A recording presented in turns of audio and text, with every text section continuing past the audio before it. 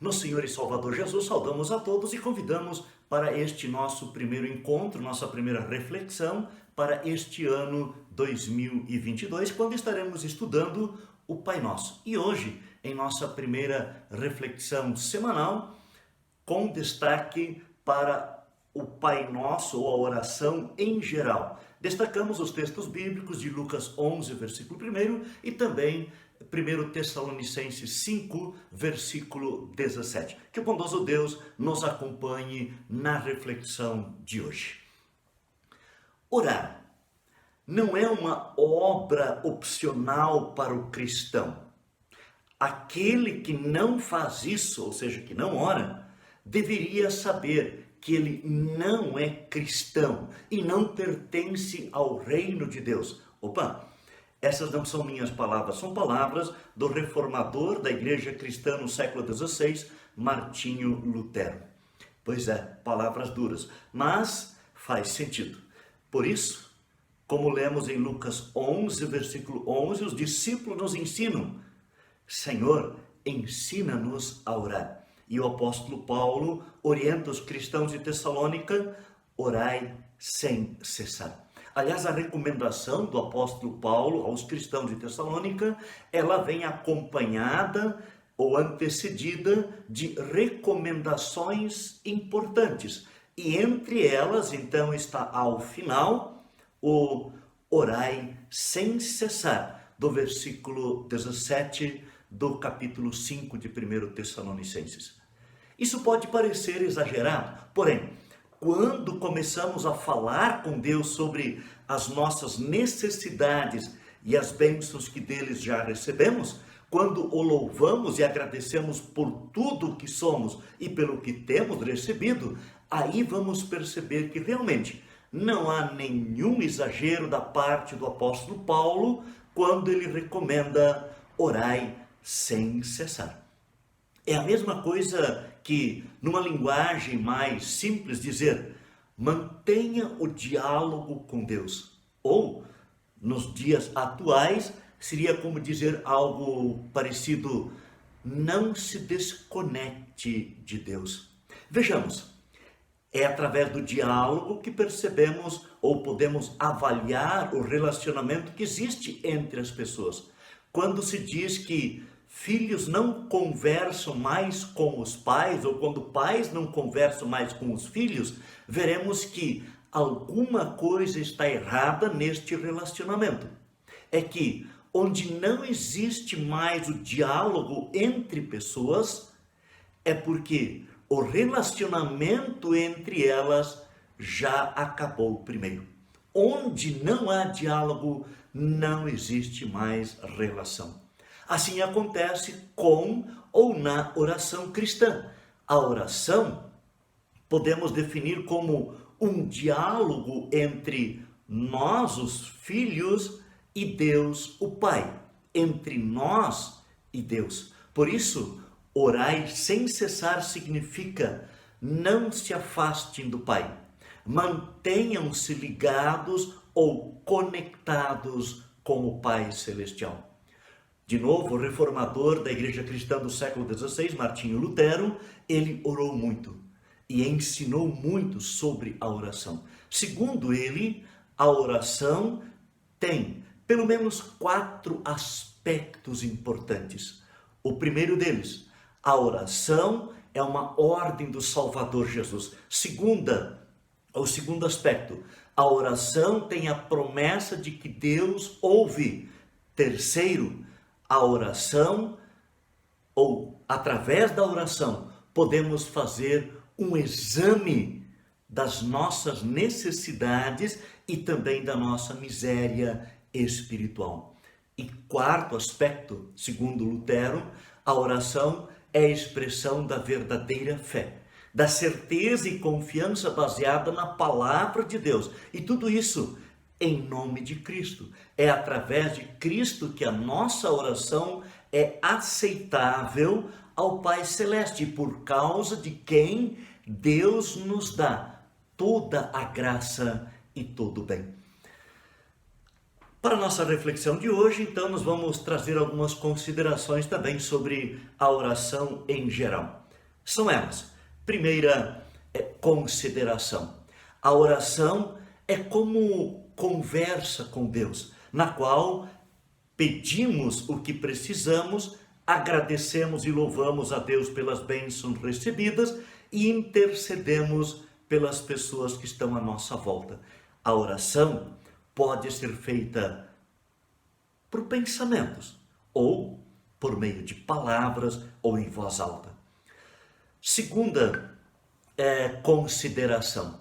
A oração não é um meio da graça, como são meio da graça, palavra e os sacramentos, batismo e santa ceia. Pois nestes, os meios da graça, são oferecidos a graça do perdão e da salvação de Deus em Cristo Jesus. Já na nossa oração, nós pedimos a Deus que Ele nos dê por graça, através da palavra e dos sacramentos, todos os bens que Ele tem preparado para nós. Terceira, a oração é um fruto da fé cristã e por isso mesmo inseparável da vida cristã. Por isso o cristão procura orar sempre e orar com fé e com absoluta confiança de que Deus o atenderá. Porque o cristão pede não segundo a sua vontade, mas segundo a vontade do Pai Celeste revelada a nós em sua santa palavra. Quarto, o cristão ora somente a Deus Pai, Filho e Espírito Santo e o faz em nome do seu Filho, único mediador, porque só o Pai, ou melhor, só o Deus triuno, pode ouvir e atender as nossas orações, pois somente Ele, o Deus triuno, é Deus verdadeiro. Quinto, na certeza daquilo que Cristo fez por mim, ou por cada cristão, por você também, nós então oramos. Por quê? Deus ordena, Deus convida, Deus promete ouvir e atender as nossas orações. Oramos por nossas necessidades, angústias, alegrias, bênçãos e pelas necessidades do próximo. Também oramos pelos outros que igualmente precisam da ajuda de nosso Deus e Pai. Sexto, na oração, como cristãos, podemos pedir tudo o que é para o louvor e a glória de Deus, para o nosso bem e para o bem do nosso próximo.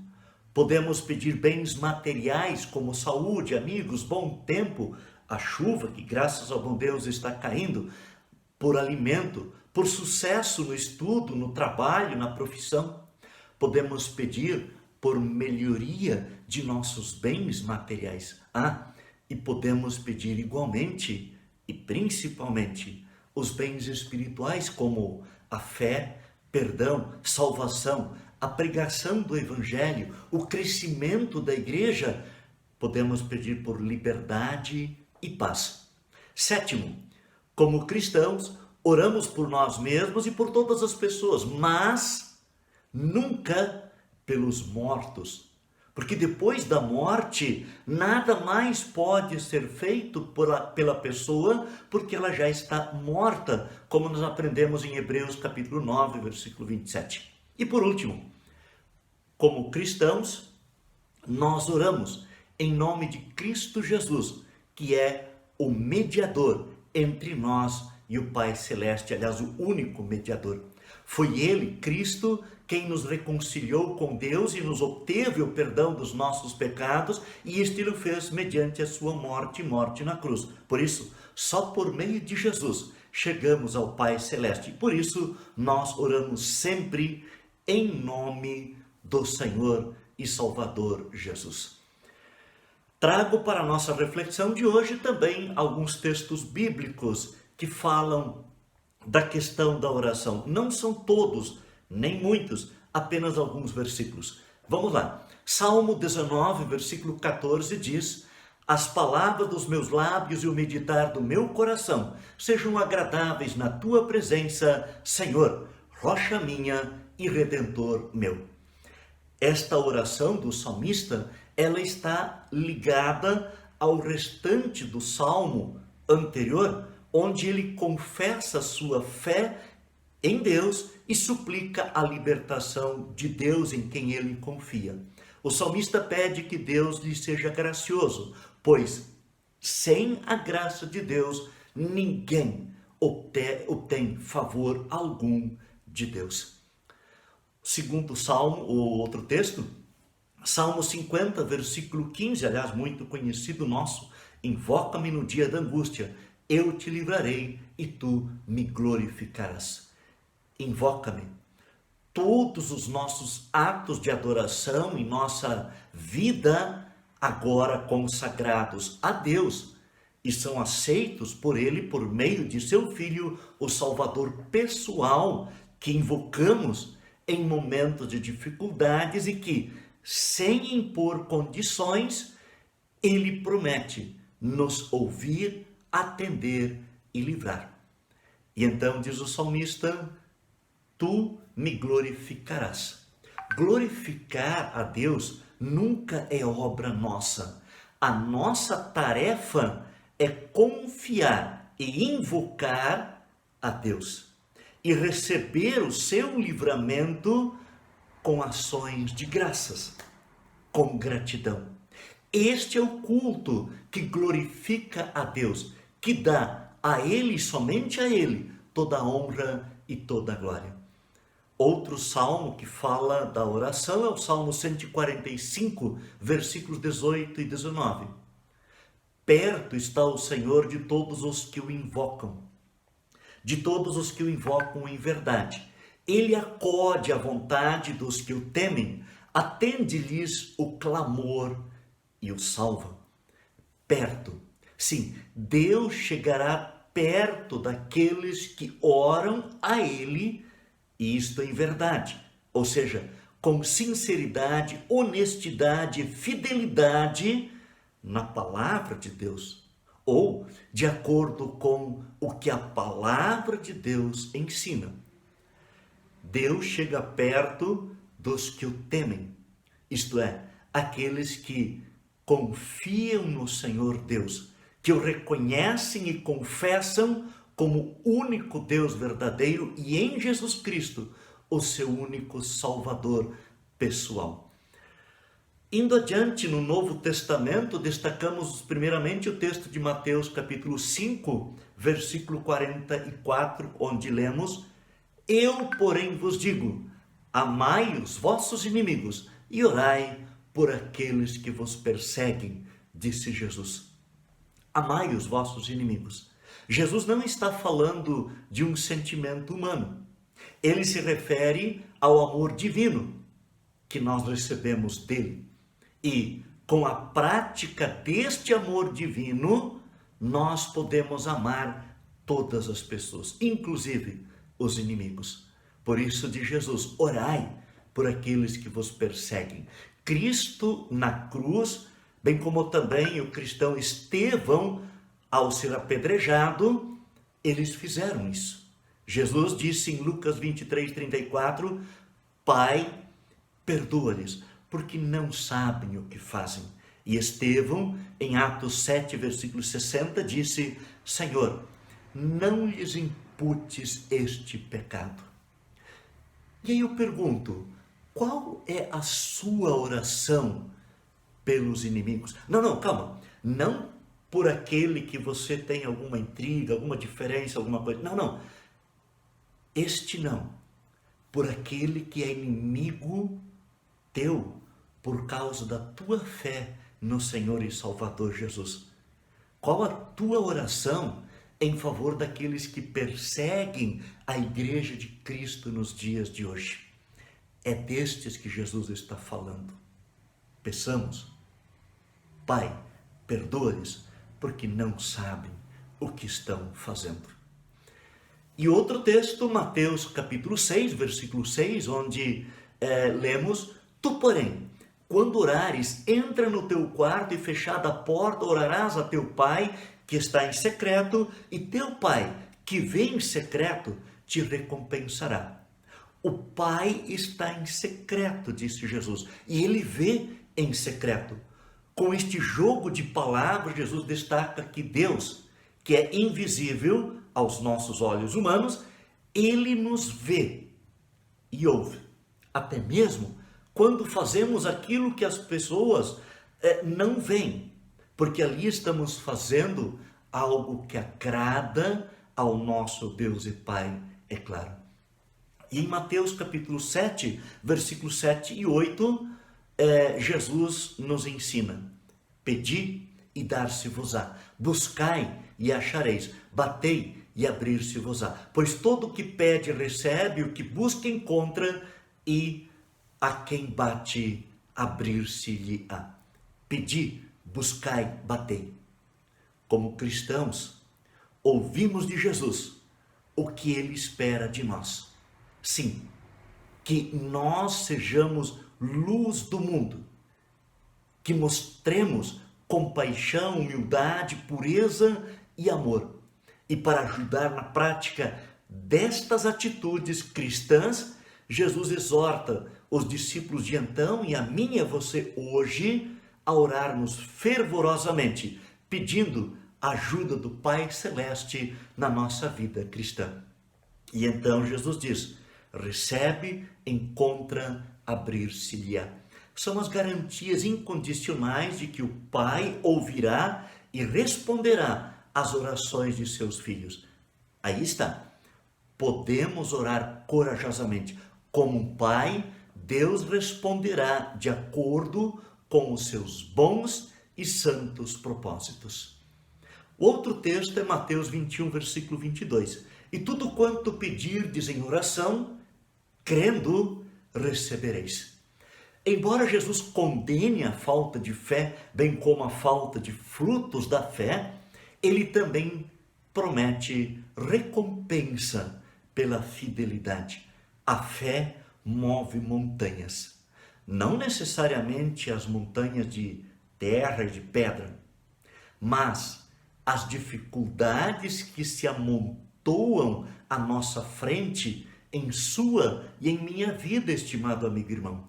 Em nossos relacionamentos, o cristão crê e sabe que suas orações são ouvidas e atendidas pelo Pai Celeste por amor de Jesus, o único mediador.